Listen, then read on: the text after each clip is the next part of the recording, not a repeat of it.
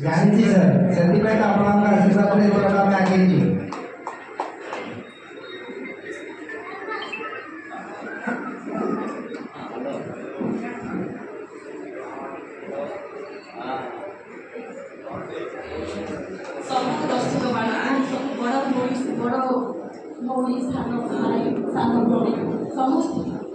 मोर तरफ शुभेच्छा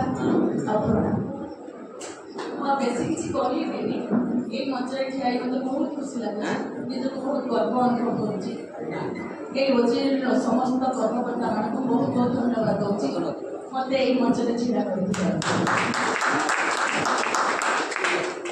डायलग कह जहाँ डायलग तो नुहे से जीवन वास्तवता वास्तवता को डायलग रूप ही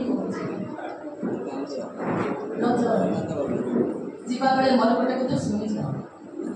के दुनिया रे खुशी रे बचवा को हेले ना खुशी रो मुहूर्तटा निजको निजे बाहर बोलबा के पड़े दुख तो असंभव आसी ता बात बाहर पड़े जो समयटा मोर तुलसी केवल तुलसी नहे समस्त चर्चा ए दुनिया रे मनुष्य जेते दिन पर्यंत बंचिकी थाए ए दुनिया रे लोक माने ना से मनुष्यटार ठीकटा को भूल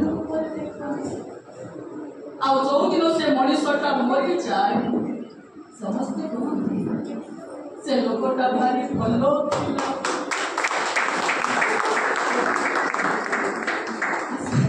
आज बहुत बहुत धन्यवाद।